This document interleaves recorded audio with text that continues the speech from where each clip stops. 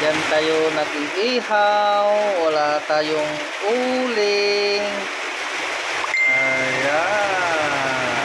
Ang sarap-sarap ng ulam.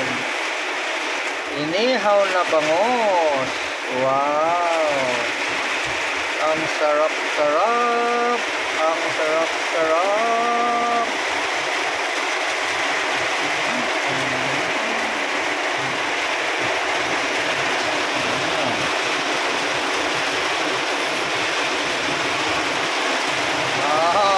Sarap-sarap, sarap-sarap. Ang sarap-sarap, ang sarap-sarap.